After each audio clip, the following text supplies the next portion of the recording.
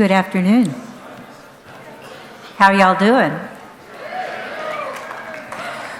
Welcome to the 30th National Cowboy Poetry Gathering here in Elko, Nevada. My name's Debbie Fant, and I'm really pleased to be your host this afternoon for From the Front Porch with Pipp Gillette and Lloyd Wright, Waddie Mitchell, and Michael Martin Murphey. First, I'd like to thank some sponsors, Anna Cabby's Elko General Merchandise, the Elko Citizens Patrol, and Veris Gold USA. Let's give them a hand.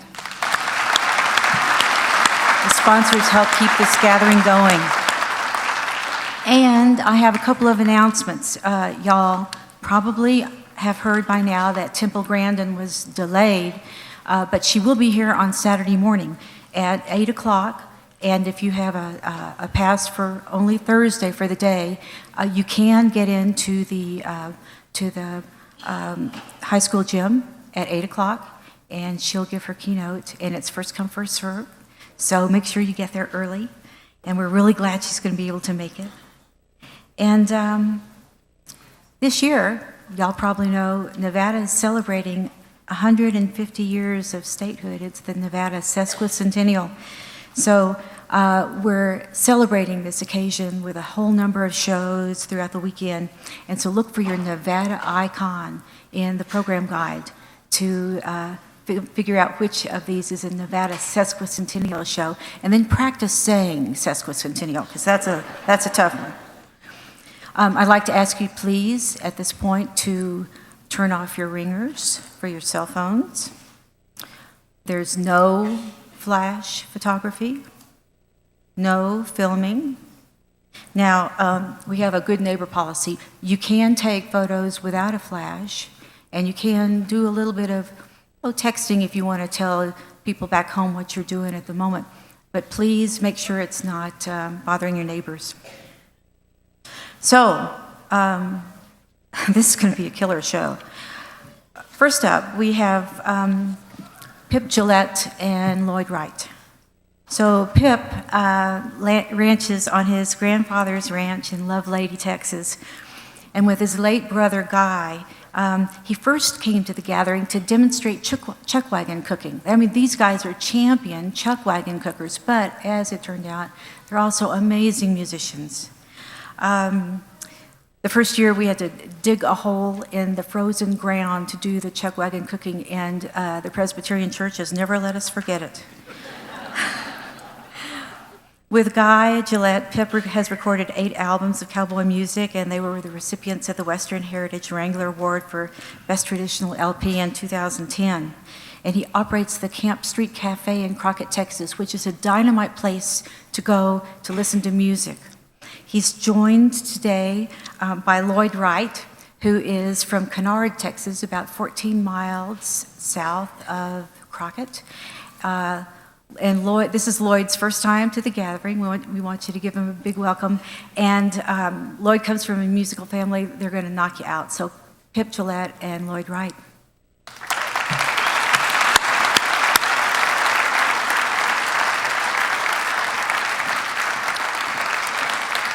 Now this is going to be a truly sort of a from the front porch show, because they all wanted to get out here and do round robin and play off of one another, and just as if they were sitting in Waddie's living room. And speaking of Bruce Douglas Mitchell, he was born in Elko County in the Ruby Mountains south of Elko. He grew up around the songs and the stories of working cowboys and became a working cowboy himself when he was a youngster. Then he got drafted into the Army, and when he was at Fort Carson in Colorado, he broke and trained horses for the cavalry. And that's where he got his nickname, Waddie, which was like a regular old cowboy. And this regular old cowboy was one of the founders of the National Cowboy Poetry Gathering. And in the intervening years, he's released CDs, he's written books, he's composed extraordinary poems for the Utah Olympics and for the Super Bowl. And he is truly one of a bard from Elko, so welcome, Waddie Mitchell.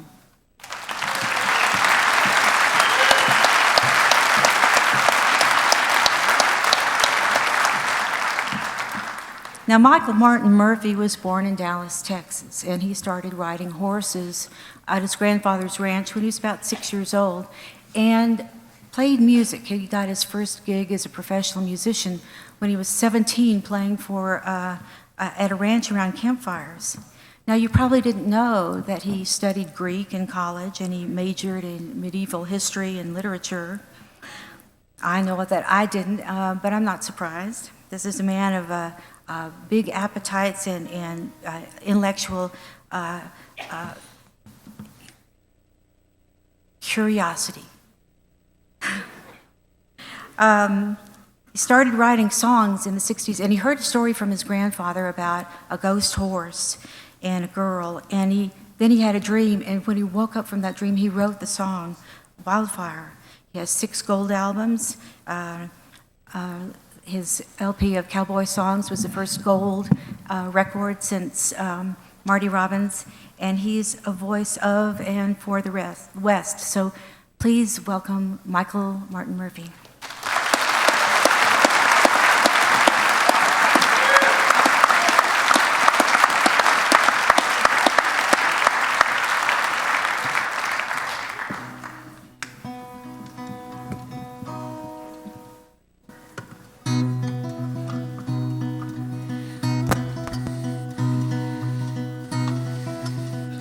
And I woke up today and found frost perched on the ground. It hovered in a frozen sky and gobbled summer down. When the sun turns traitor cold, shivering trees are standing in a naked row.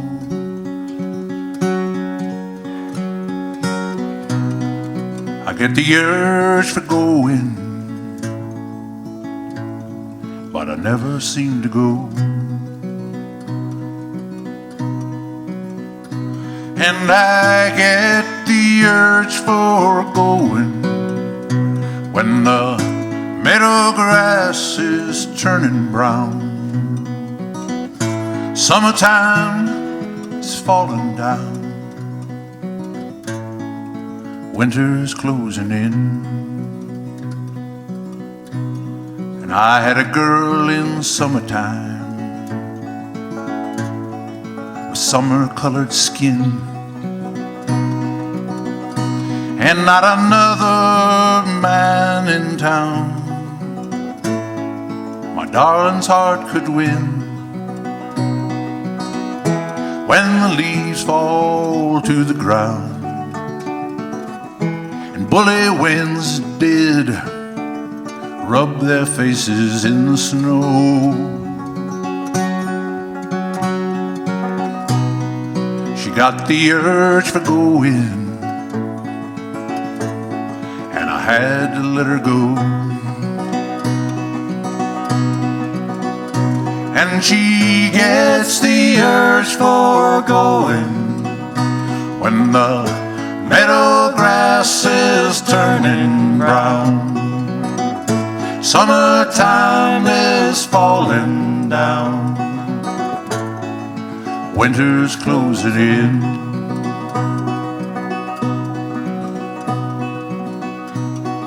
The warriors of winter give a cold, triumphant show, and all that stays is dying, and all that lives is getting numb. See the geese in chevron flight,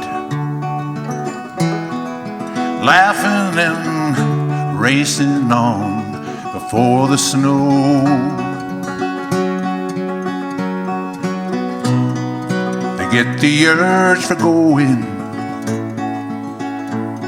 and they got the wings to go. And they get the urge for going when the meadow grass is turning brown. Summertime is falling down. winter's closing in. Apply the fire with kindling, pull the blankets to my chin. I lock the vagrant winter out, bolt my wandering in. Like to call back summertime, have her stay for just another month or so.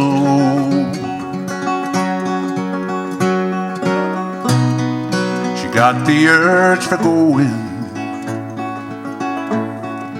guess she had to go. And she gets the urge for going when the meadow grass is turning brown. Summertime is falling down. Winter's closing in. And she gets the urge for going.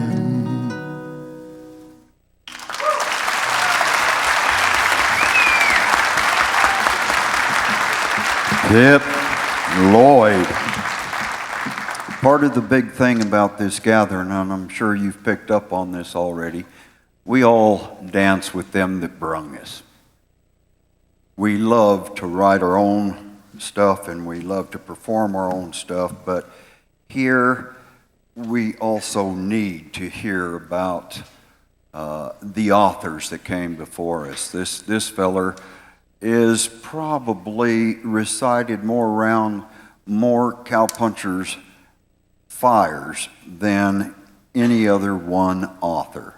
His name is Bruce Giscadden, and he's talking here about the chuck wagon and things finishing up. And although that chuck wagon is full of springtime enthusiasm in the fall, it's coming back in a little different mood. Though you're not exactly blue, yet you don't feel like you do in the winter or on the long, hot summer days. For your feelings and the weather seem to sort of go together. You're quiet in a dreamy autumn haze. When the last big steers goaded up that chute and safely loaded and the summer crew ceased to hit the ball, it's then a feller starts to drag into the home ranch with the wagon when they finish shipping cattle in the fall. There's only 2 men left standing on the job for winter branding, and your partner, he's loafing at your side in a brand new saddle, creaking. But you never hear him speaking, and you feel it's going to be a quiet ride. Oh, you sabbing one another. You know him like a brother. He's friendly. He's just quiet. That is all. For he's thinking as he's dragging to the home ranch with the wagon when they finish shipping cattle in the fall.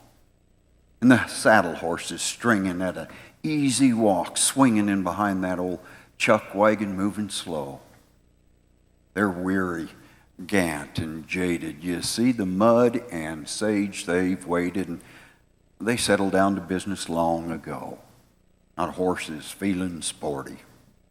Not a horse is acting snorty. In the spring, them brutes was full of buck and ball, but now they're gentle as they're dragging to the home ranch with the wagon when they finish shipping cattle in the fall. And the cook, he leads the retreat, perched up high on his wagon seat with his old hat pulled down, furred on his head. Used to make the old team hustle.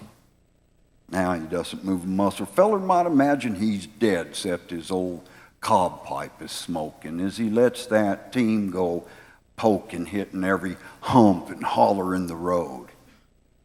No, cook ain't been a-drinking. He's just sitting there thinking about the places and the people that he's knowed. And you watch the dust a-trailing, 2 little clouds a-sailing, and big mirage like lakes and timber tall, and it's lonesome when you're dragging to the home ranch with the wagon when they finish shipping cattle in the fall. Well, you build your camp that night. You got your fire burning bright, but no one seems to have a lot to say. In the spring, you sung and hollered. Now, you get your supper swallowed and you're crawling to your blankets right away. And you watch the stars shining up there in that soft blue lining.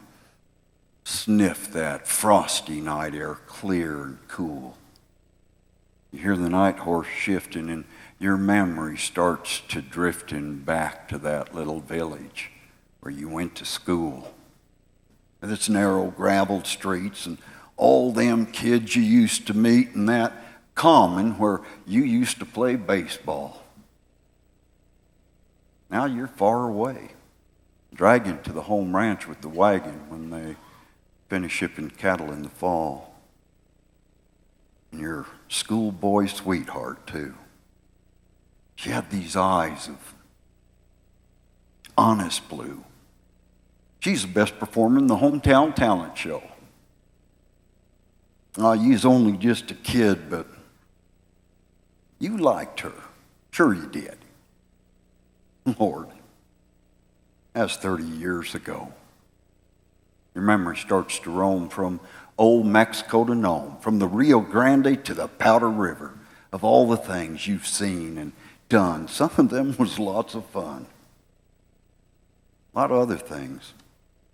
They make you shiver. Like the kid named Reed.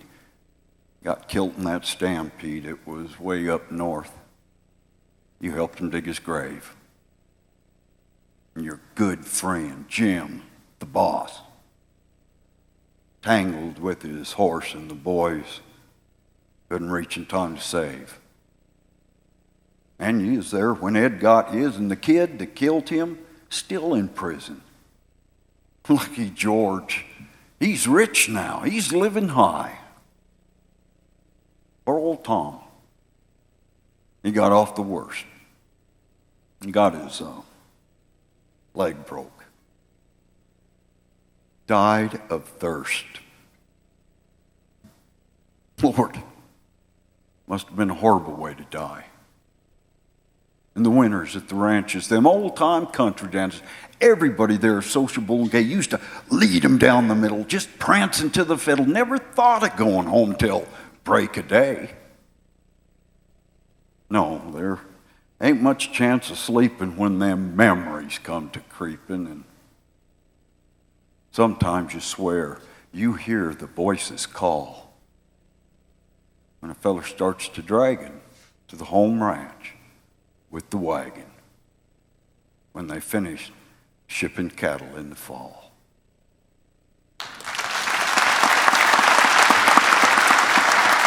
Thank you kindly.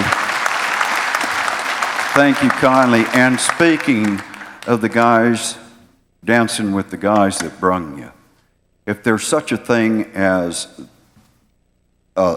somebody that's alive that's done that, I can tell you right now, the guy sitting next to me on that, your left side, my right side. Yeah, that's right. He's done more for the revival of the cowboy deal than any other one person. And that's because, well, he's a big deal.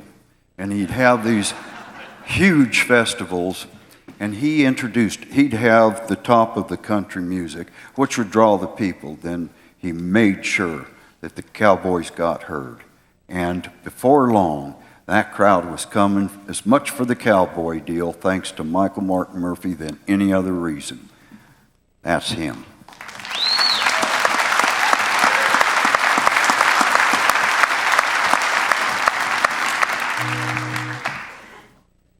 Thank you, Waddie.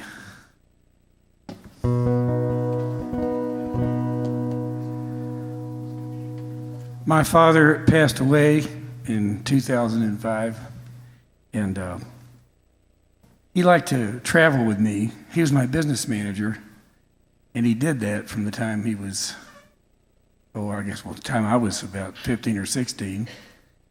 And then when I had long drives, he'd come along and help me drive. And when he passed away, I went back on tour and played solo acoustic for about 3 or 4 months. Didn't take anybody else with me because I knew Dad would still be riding beside me the whole time, and he was.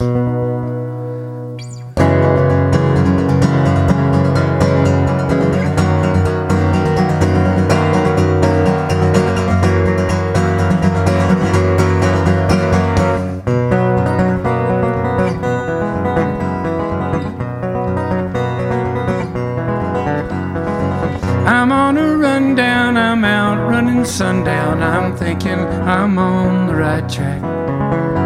I'm writing the song as I'm riding along. I'm keeping the sun at my back. Big horse trailer and truck, I can make my own luck. I ride through the sand and the sage. It gives me a rush to be busting the brush, acting about half my age. Lone cowboy,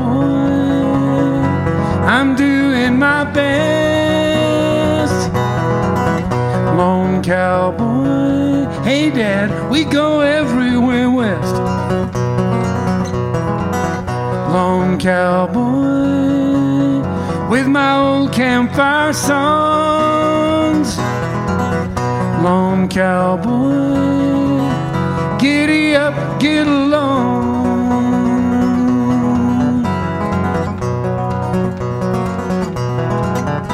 I've owned some good ponies, blacks, bays, and blue ronies, bays, palominos, and paints.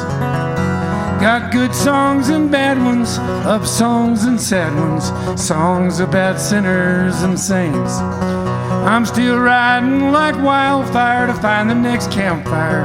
Memories turn embers to coal. But at daylight I'm crying to live forever or die trying. Hey Dad, I'll never get old in my soul. Lone cowboy, I'm doing my best. Lone cowboy, I go everywhere west. Lone cowboy, with my old campfire songs. Lone cowboy, giddy up, get along.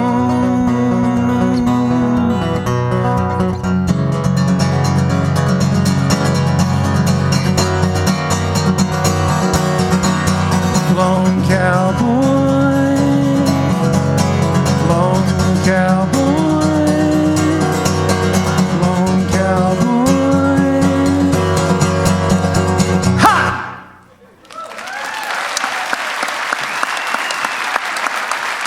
As for P.L. Murphey.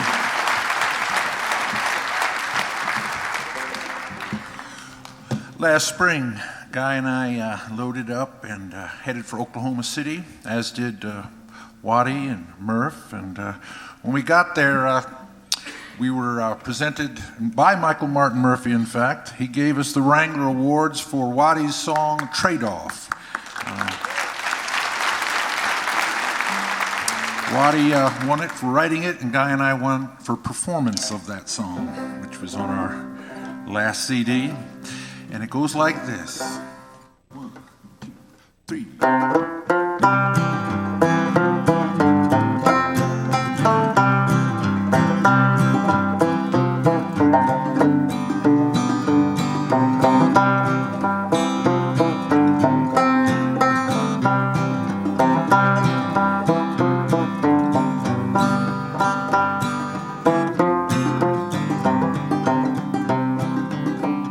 See him standing, shifting haunches at the Elko County Fair, with an arm of braided rawhide gear he made.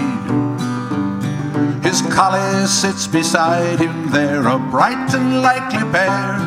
Their dues as buckaroos have long been paid, and his coming hopes to sell some stuff or trade.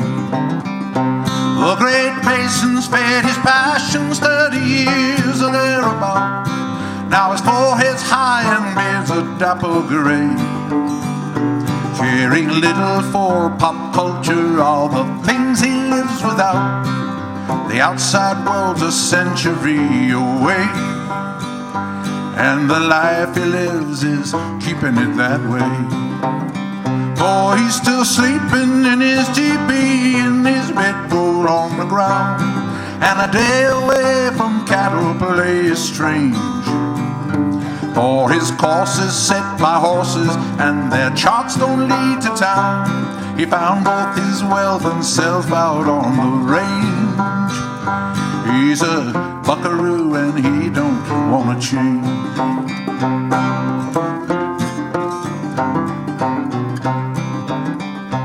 More like him have come this weekend, celebrating Labor Day, but evolution's claiming many of his kind.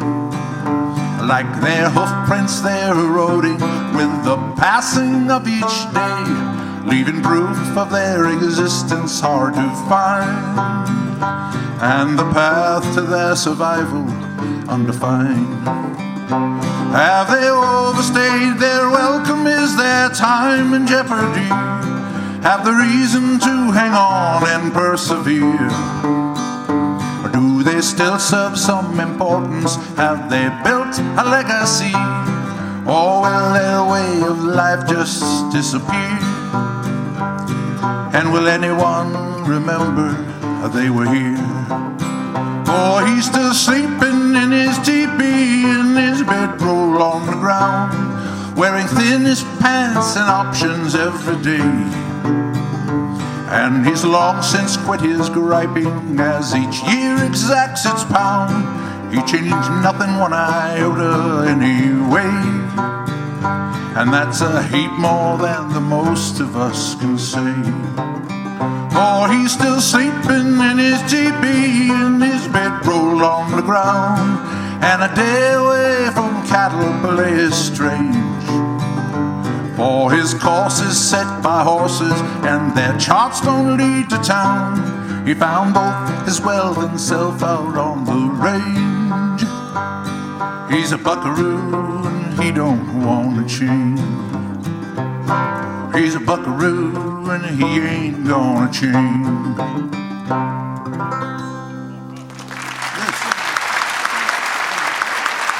Wow. Cool. 20-some years ago, when a guy was turning, you know, that when you become, you turn 40.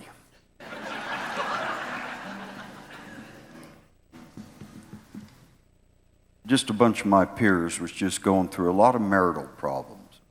I don't know what it is about us fellers, but when we see age getting right in front of us or mortality or something, a lot of that goes on. I wrote this for some friends at that time, but I was asked to do it today from a close friend, said, somebody needs to hear that. Not so terribly well, I said, in answer to his question. I'm running fast, but wonder if it's in the wrong direction. My wife has started gaining weight. Gray shows in her hair. Her existence seems to be in running kids from here to there. My job has lost its challenge. Seems like it never changes. Sometimes I'd like to chuck it all, leave to ride new ranges. You see, I thought my friend would understand. He'd made this same old road and made decisions in his life to drop his heavy load. So I laid my troubles on him. I told him how I felt. He just stares at me all hollow, like he'd been hit below the belt. He sits down close all week like, and he looks me in the eye. His hands started trembling. I believes he's going to cry. He swallows hard and tells me, I know what you're up against. It happens at this time of life. You feel like you've been fenced. Seems like life becomes routine. It all just seems the same. So you go to hunting witches, looking for someone to blame. Our work and wife scapegoat real well when we are of that mind, and little faults become big, because that's what we want to find. Don't make my same mistakes. Let some notion be your guide. The grass ain't greener. I see that now. I'm on the other side. I've upturned several lives with my leaving, plus my own, and I lost my common little family, my routine little home. I'd have never left it. I'd taken time to figure out that what I wanted out of is what life is all about. Seldom taught that, though. It seems it's almost out of style. But if I could just have one more chance, I'd walk the extra mile. But that can't be. Now I must lie upon the bed I've made while my will to carry on like bad memories start to fade. And if you never take advice again, please heed these words, my friend. The purpose of life's race is in the running to the end. Oh, there'll be times it'll seem so far, you'll feel you'll never make it. You tire, you lose sight of dreams and want to just forsake it. But it's still all in your mind right now. But thought precedes the act. And it isn't yet too late, my friend. I know that for a fact. Now, you started your race gamely. You've just been bumped against the rail. Look, I ain't saying you sold your saddle. But, pard, you put it up for sale.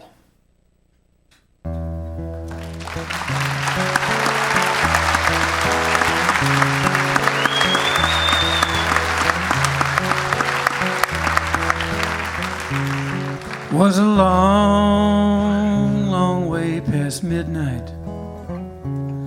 I got up, got out of bed. She never heard me tell her goodbye. She never did hear too much that I said. Chased my dreams as dawn was breaking, out where I knew that someone else would be. One last chance my heart was taking.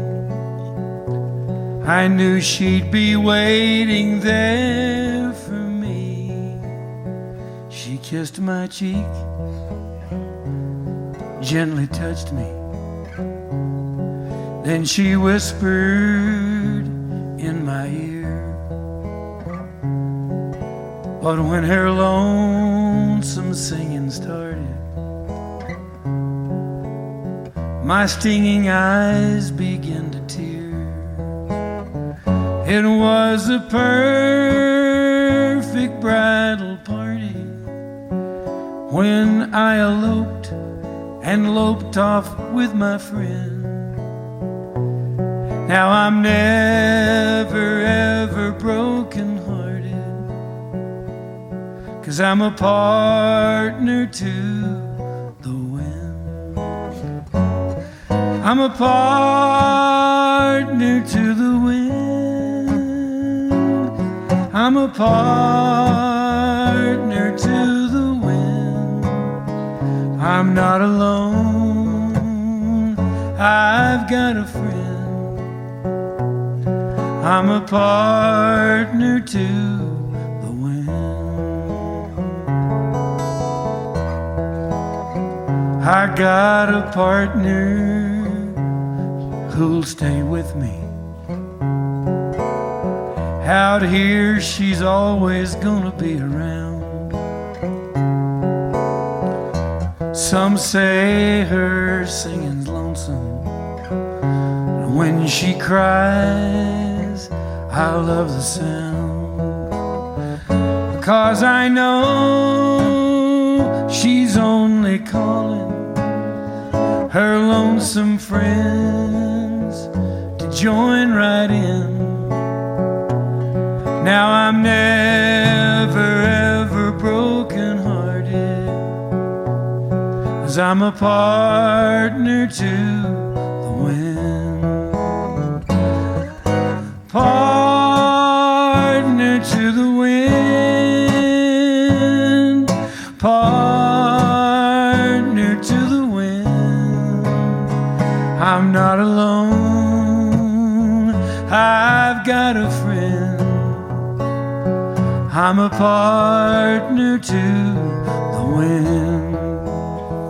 Coyotes, cowboys, cattle bawling, we're all partners to the wind.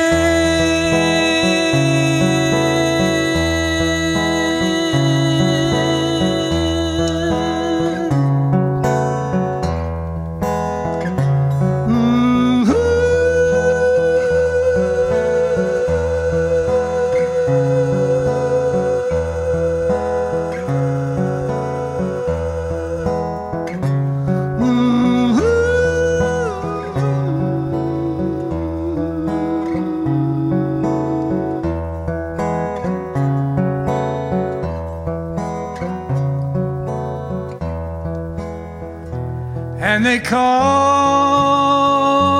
the wind Mariah.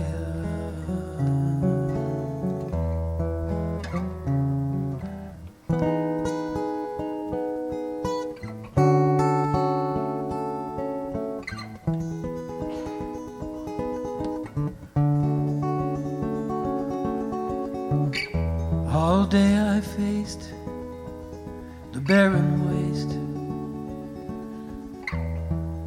without the taste of water.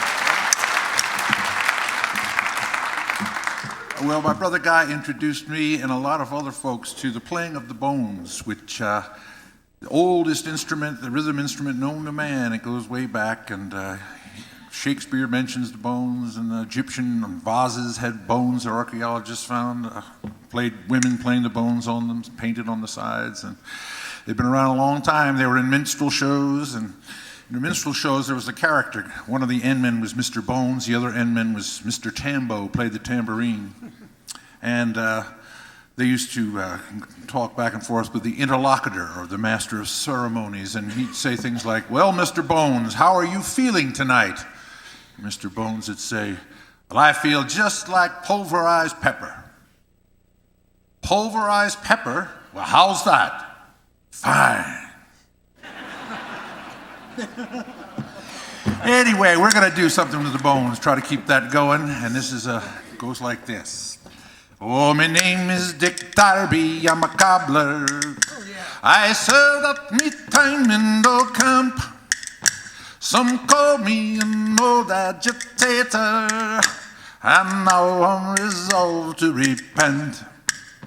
Oh, with me inkling of an inkling of an idea. Oh, with me inkling of an inkling of an idol. With me roo-boo-boo, randy. And me lobstone keeps baiting away. Well, it's 40 long years I have traveled, all by the contents of me pack. Me hammer, me hoes, and me pincers, I carry them all on me bag. Oh, with me inkling of an idea. With me inkling of an idol. With me robo randy. And me lobstone keeps baiting away. Oh, me wife, she is humpy, she's lumpy. Me wife, she's the devil, she's cracked. And no matter what I may do with her, her tongue, it goes clickety-clack. With me ing-twing of an ing-ting of an idea. With me ing-twing of an ing-ting of an idol. With me ro-bo-bo-ro-bo-bo-randy. And me love stone keeps baiting away. It was early one fine summer's morning, a little before it was day.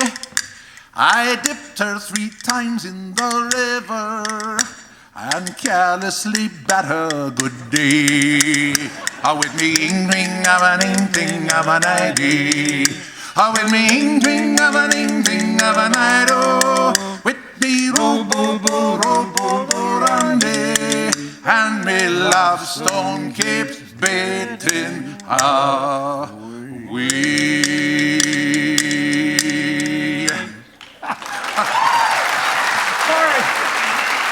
Sorry, the monkey just came out of me.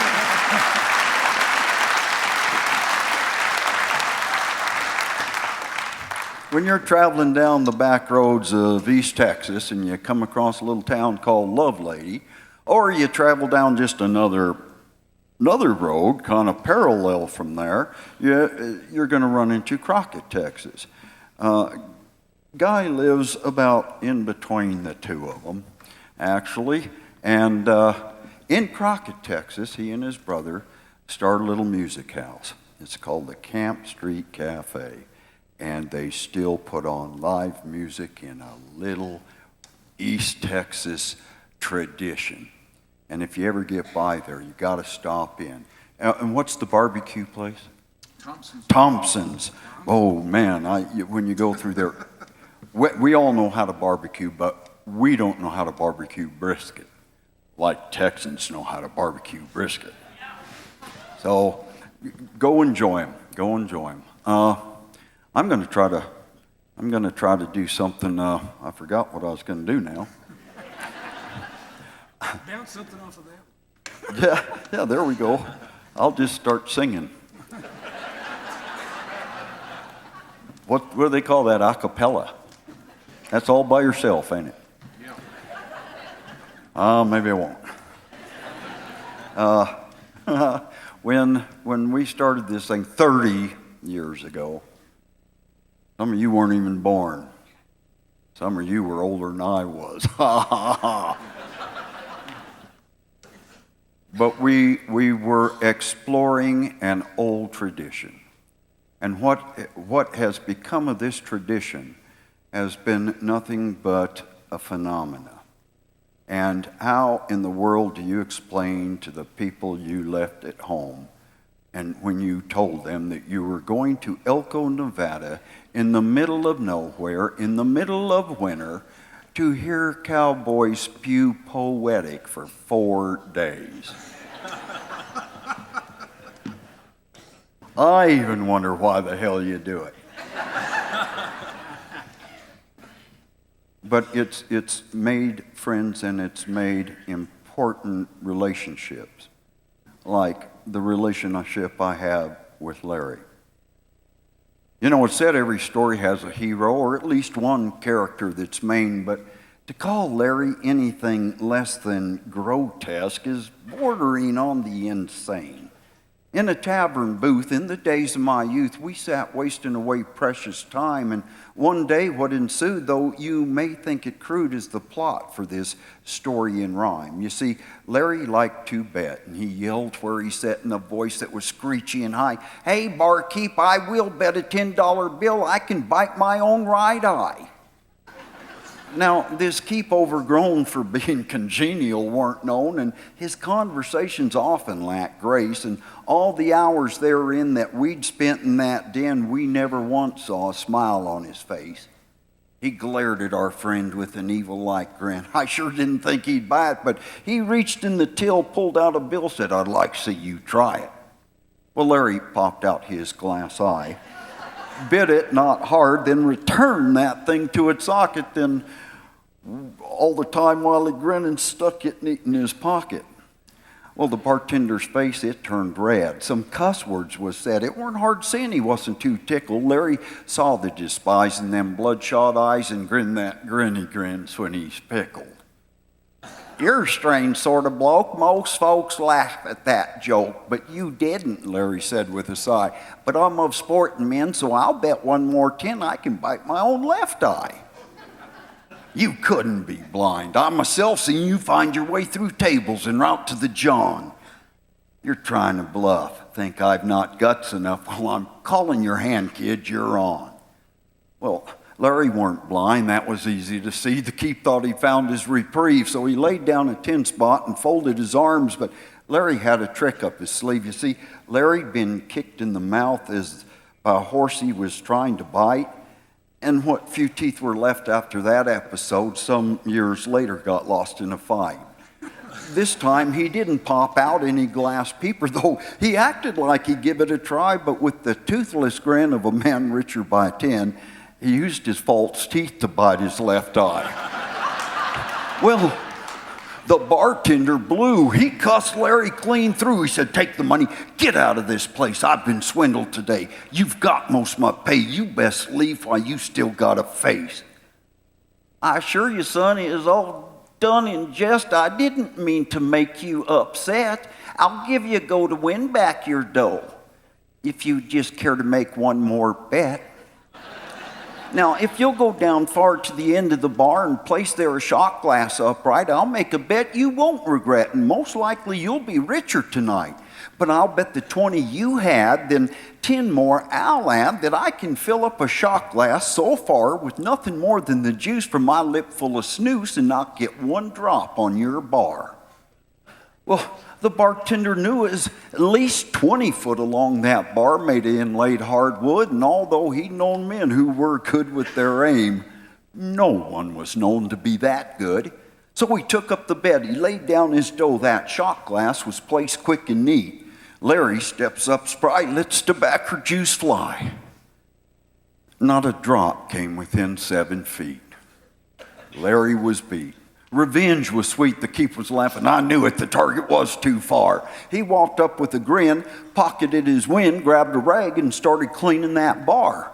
"Hey, what's with your grin? You're now into me 10, he said, wiping the bar all the while. "Well, I bet my friends where they are that I could spit on your bar, and you'd wipe it up with a smile."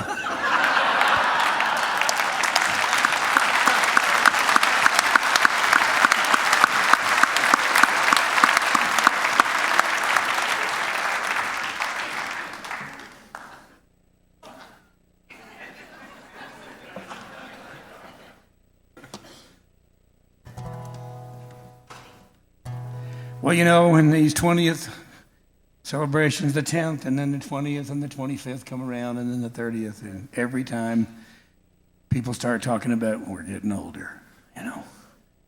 Well, gee, you know, we survived. Think of the people that didn't, you know. It's a hard life to survive. And a lot of times we don't survive it because of our own damn foolishness, not because it's so tough.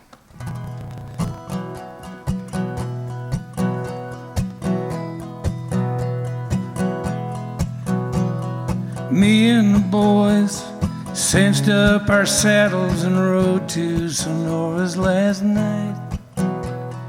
Guns hanging proud, daring out loud for anyone looking to fight. Card cheats and rustlers would run for their holes when the boys from the old broken old rode up and rained on the street that they named Sonora's Death Row. Whiskey is free in Amanda's saloon for the boys from the old broken old. Saturday night in the town of Sonora is the best in all Mexico. They got guitars and trumpets and sweet senoritas who don't want to let you go. Never believe such a gay, happy time on a street called Sonora's death row.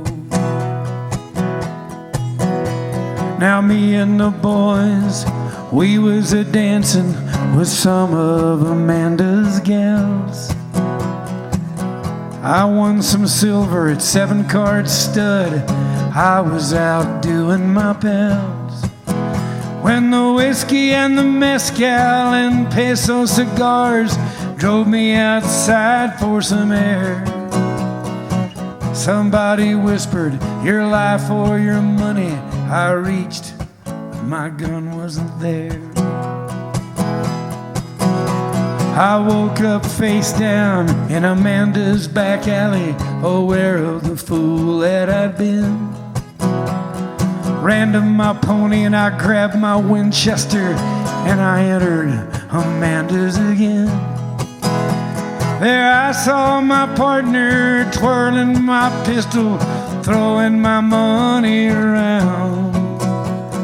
Blinded by anger, I jacked a lever and he fell to the ground. Amanda's got silent like night in the desert. My friend stared in pure disbelief. Amanda was kneeling beside the dead cowboy, plainly expressing her grief. As I bowed my head, a tremble shot through me. My 6-gun was still at my side. Reached in my pockets, there was my money. I fell to my knees and I cried. A nightmare of mezcal was all that it was. Nobody robbed me at all. Wish I was dreaming the sound of the gallows they're testing outside the walls. Whiskey still free in Amanda's saloon for the boys from the old broken home. And I'd give a ransom to drink there today and be free of Sonora's death row.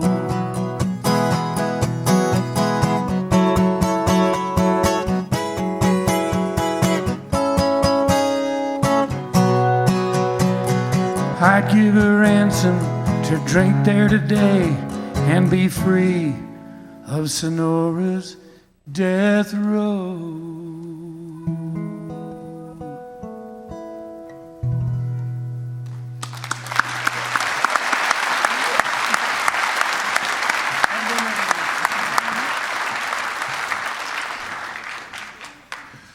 There was a couple that lived not far from where Lloyd and I live, over there in East Texas, out in the woods. They had a little wagon road out to their place and didn't have electricity, no running water, and the woman was fixing to have a baby. So the man went to town to fetch the doctor. This was so long ago, doctors made house call. He brought the doctor back. The doctor had him holding the kerosene lantern over his wife in the bed there, and after a while, there was the cry of a newborn babe. The doctor said, we have a fine son there. And the fellow took the lantern, pushed out his chest, and started to walk proudly around the room. The doctor called him back and said, no, I need to see. I got that light. You bring the light back. I've got to see what I'm doing here. After a little while, there was a cry of another newborn babe. He said, well, you've got fine twin sons. The fellow started to walk off with the lantern again. Doctor called him back. He said, I ain't going to do it. It's the light that's attracting him.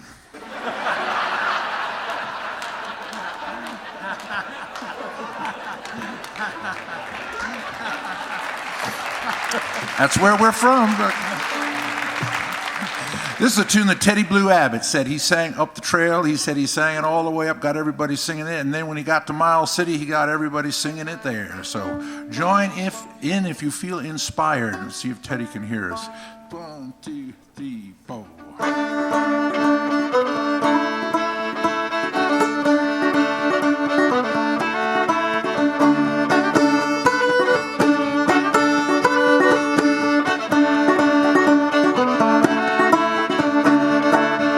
Well, the little black bull come down the mountain. Hoorah, Johnny, little black bull come down the mountain. Long time ago, a long time ago, a long time ago. That little black bull come down the mountain. Long time ago.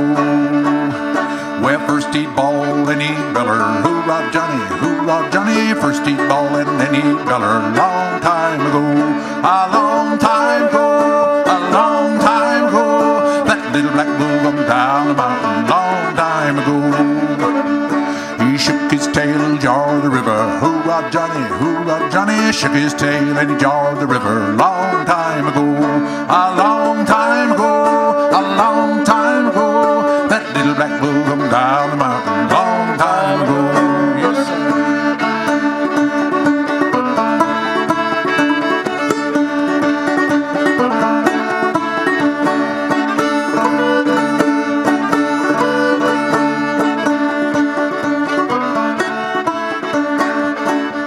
He wet his horn on a white oak sapling. Hoorah, Johnny, wet his horn on a white oak sapling. Long time ago, a long time ago, a long time ago, that little black bull come down the mountain. Long time ago. He pawed the dirt in the heifers' faces. Hoorah, Johnny, pawed the dirt in the heifers' faces. Long time ago, a long time ago, a long time ago, that little black bull come down the mountain. Long time ago. Yeah, the little black bull come down the mountain. Hoorah, Johnny, little black bull come down the mountain. Long time ago, a long time ago, a long time ago, that little black bull come down the mountain. Long time ago, a long time ago, a long time ago, that little black bull come down the mountain. Long time ago.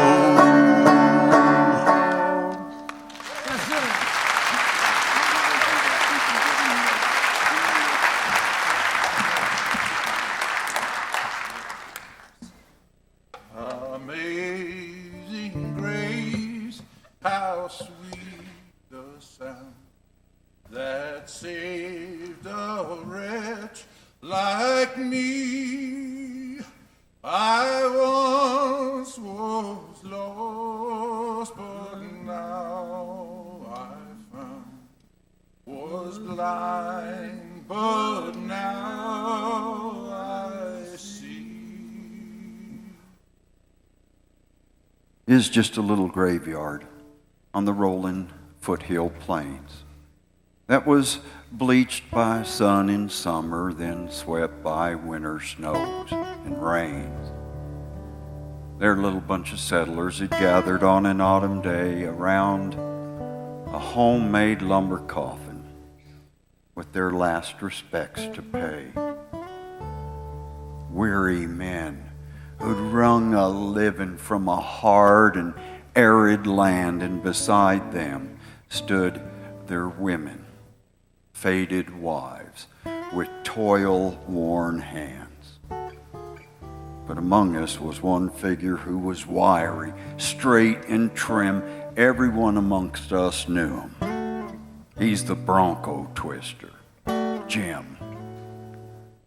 Just a bunch of hardened muscle, tempered with a savage grit. And he had the reputation of a man who'd never quit. He had helped to build that coffin, and I suppose he helped to dig the grave, and his instinct seemed to tell him how he really should behave. Well, we didn't have a preacher. The crowd was mighty slim, just two women with weak voices sang an old-time funeral hymn. That's all we had for service. The old wife was sobbing there for her husband of a lifetime, being laid away without a prayer. And she saw the bronco twister. She walked right up to him. She put one trembling arm around him and she said, "Pray. Please won't you, Jim?" You could see his figure straighten. A look of quick surprise shoot across his swarthy features and his hard, daredevil eyes. He could handle any bronco, and he never dodged a fight. It was the first time anybody'd ever seen his face turn white. But he took his large sombrero off his rough and shaggy head. Oh, I wish I could remember what that bronco peeler said. No, he wasn't educated. On the range his youth was spent, but the maker of creation knew exactly what he meant. He looked over towards the mountains where the drifting shadows played. Silence must have reigned in heaven when they heard the way Jim prayed. The years have passed since that small funeral in that lonely graveyard lot, but it gave us all a memory and a lot of food for thought as we stood beside a coffin and some freshly broken sod with this reckless bronco breaker, talking heart to heart with God. And the prayer had finally ended, and the grave was all been filled. On a half unbroken pony, he just rode back towards the hills, and we all stood there, watched him, led him right away. For no words could ever thank him. There's nothing we could say. Since we gathered at that graveyard, been nearly 50 years, with their joys and with their sorrows, with their hopes and with their fears.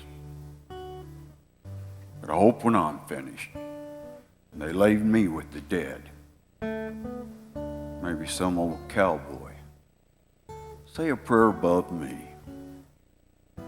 just like that bronco twister said.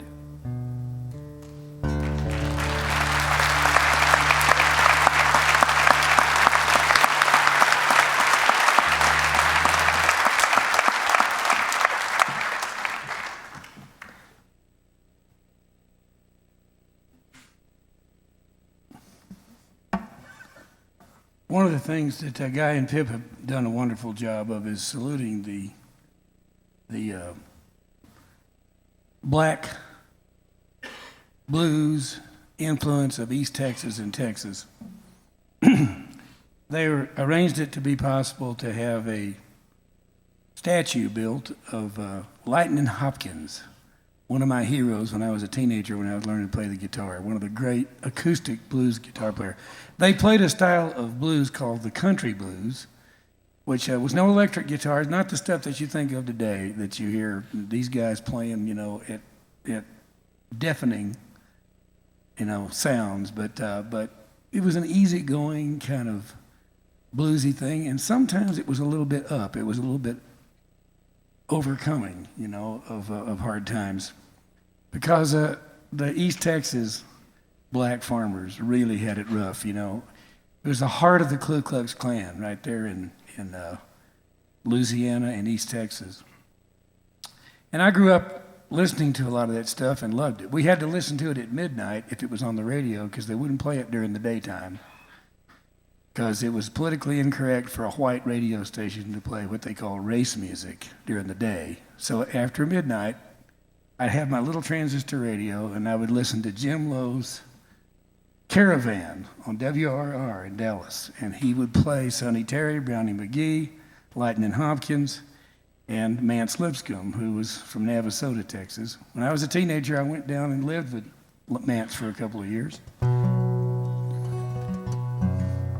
And the Camp Street store, by the way, is a place where Lightnin' Hopkins often played, and I think some of those other guys came by and played. And it was just like a general store, a real honky-tonk. And they just played in the back and played cards and Lord knows what else. Then they also got it possible to have Murtis Deitman, who was the first black member of the PRCA. It was against the law as recently as how long ago?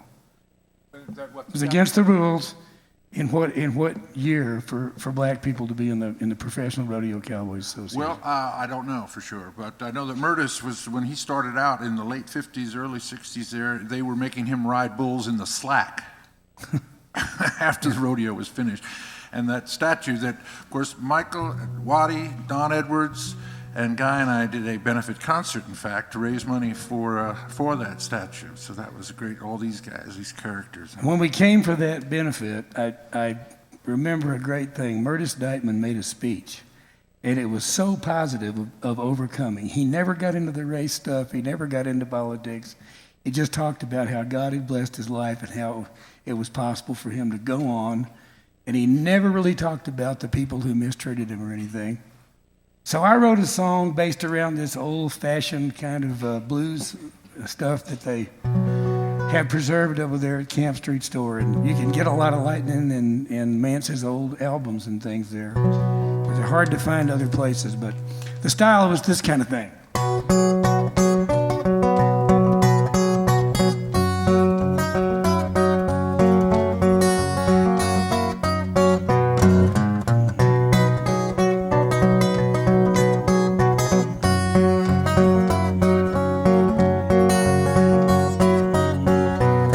When the monkey's on your back, don't you cut him any slack. A buddy wants to shake it off. When the devil's at the door, don't take it anymore. A buddy wants to shake it off. You better shake it off, shake it off. A buddy wants to shake it off. Hey there, brother, hey there, sister. A buddy wants to shake it off. How about some bones?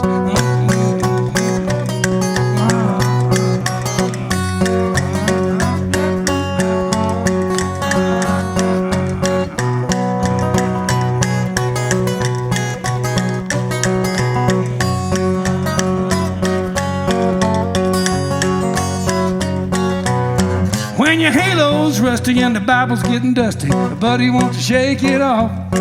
You're falling off the wagon and your spirit is a dragon. A buddy wants to shake it off. You better shake it off, shake it off. A buddy wants to shake it off. Turn that frown upside down. A buddy wants to shake it off.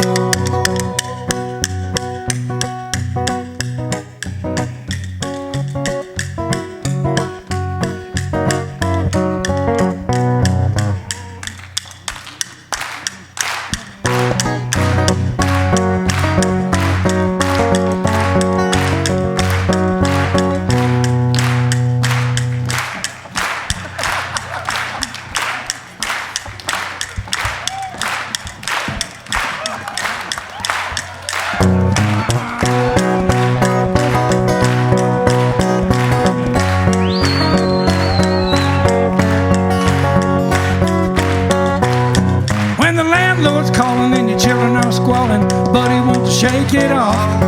No food on the table and they're cutting off the cable. Buddy wants to shake it off. You better shake it off, shake it off. A buddy wants to shake it off. Hey there, brother, hey there, sister. All right now, take off.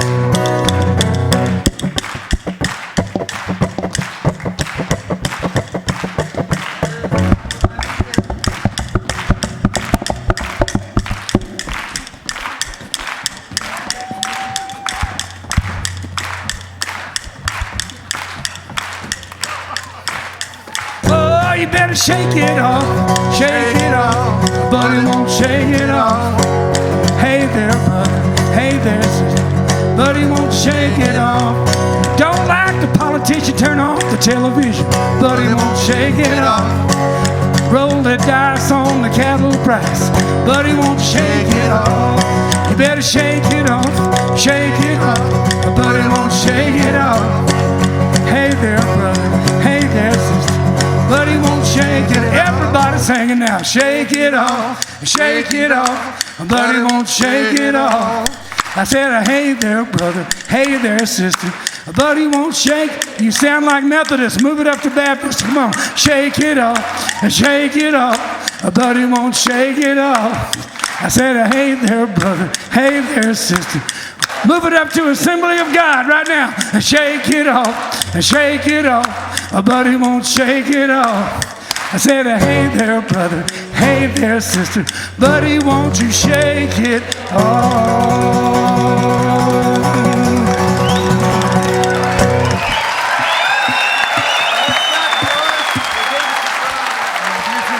They gave us 10 minutes.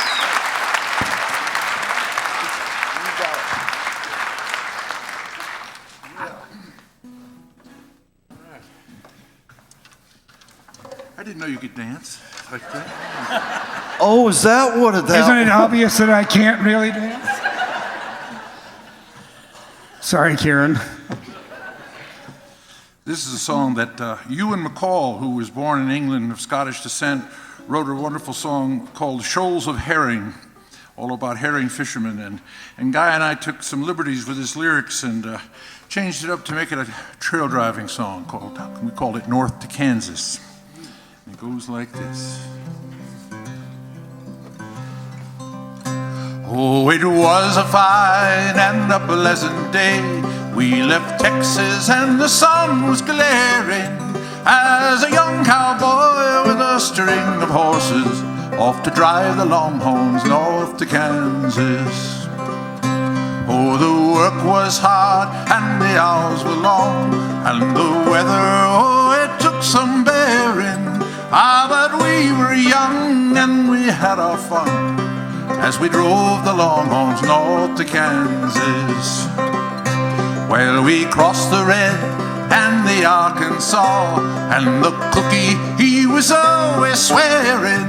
And we used to sleep sitting in my saddle, and I dream about the herd in Kansas. Through the driving rain and the blowing wind, just to earn your daily bread, your daring. Left my Texas, oh, crossed those swollen rivers, for to drive the Longhorns north to Kansas. Now you're riding drag and you're eating dust, but you do your job without complaining. Take a turn on watch like the other fellers as we drove the Longhorns north to Kansas. We arrived in Kansas in the month of June, and for Abilene we set our bearings with 2,000 head of those rangy cattle that we'd driven all the way to Kansas. Well, I earned my keep and I paid my way, and I earned the spurs that I was wearing. Rode 1,000 miles, took all kinds of chances as we drove the Longhorns north to Kansas.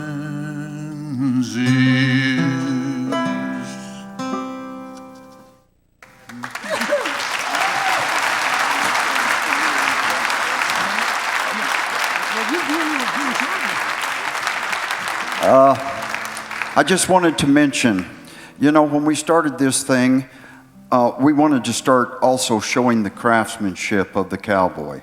And it was very important to us to do that. And it took quite a few years to figure out, because when we started this thing, if somebody made a bit, they really wanted to sell it and they wanted to put their price tag on it. When we told them they couldn't, we're trying to make this look like art. And show it for the art it is, because, people aren't used to spending this kind of money for their tack.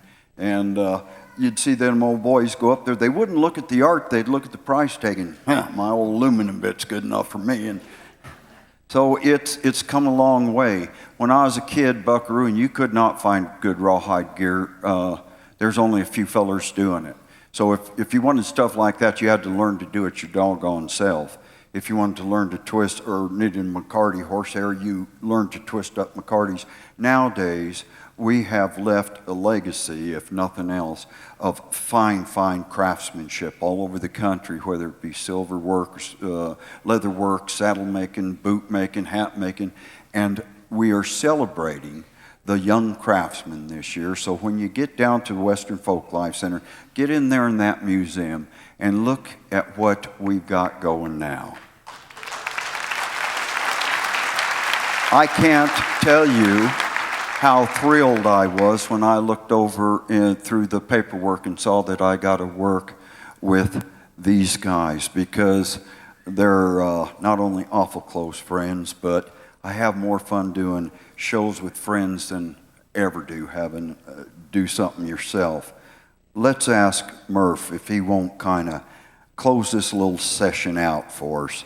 And I just want to say thank you for all of us. I know how much pain in the butt it is to get to these things and get seated. Thank you for doing it.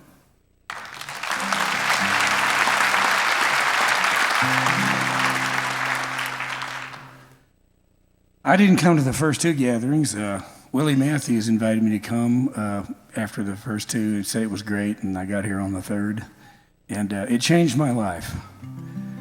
And of course, we were one big happy family of people who didn't realize that there were other people like us who loved cowboy music and loved cowboy poetry and anything that had to do with the American West. And it was kind of a hobby for me. I was a country singer and a pop singer, collecting cowboy music as a hobby and putting up all the old sheet music on my wall.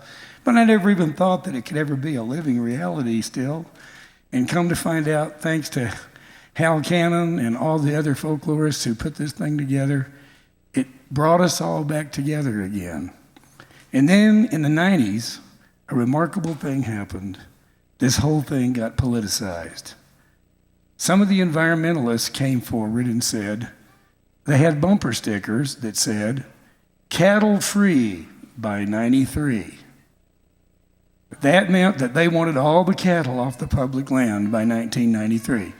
So 1989, 1990, around the time that I was making my first Cowboy Songs album, I found myself in the middle of a controversy, and people were literally threatening anybody who advocated that the public land should be used for cattle grazing.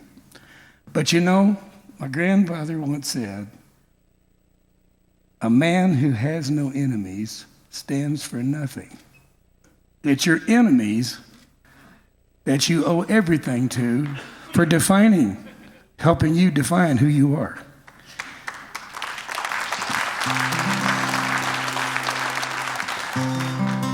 So here's to the other side for helping us find ourselves. See, where did we go?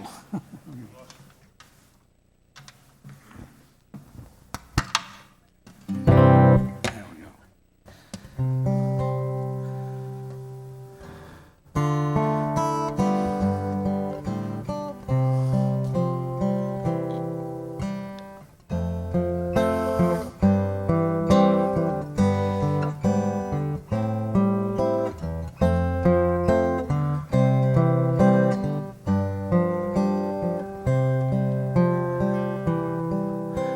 There'll come a time, and for this I am sure, we'll be refined till we shine bright and pure.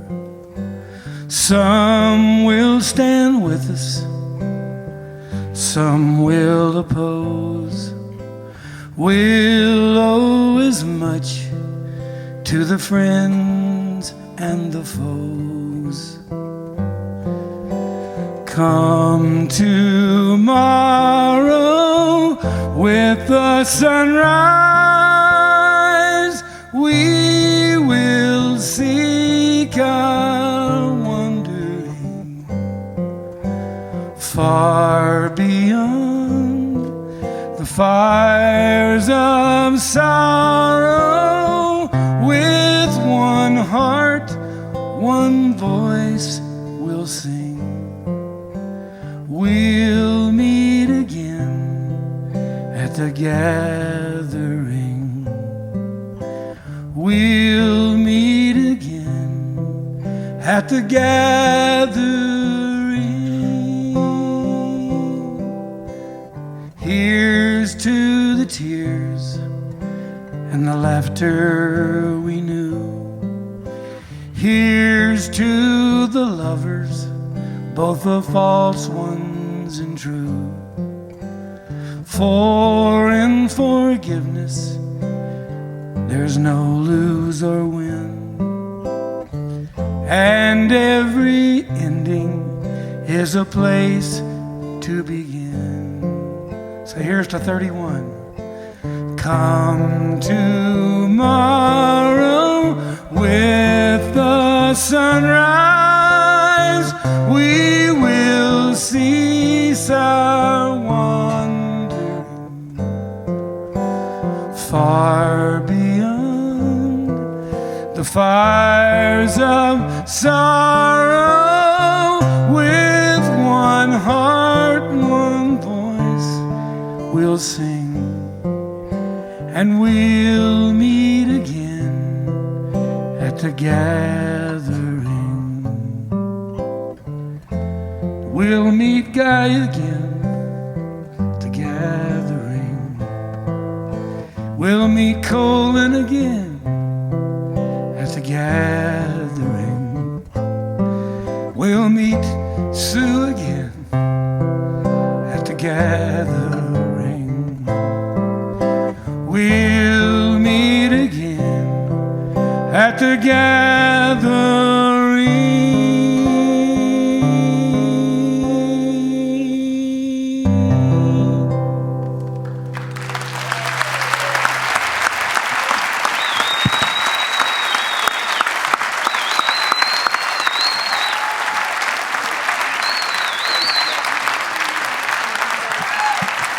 Ladies and gentlemen, Pipp Gillette, Lloyd Wright, Waddie Mitchell, Michael Martin Murphey. Give them a big hand.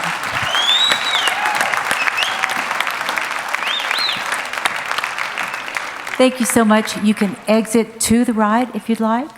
And since we don't have a show right after, you can also exit to your left. Thank you very much.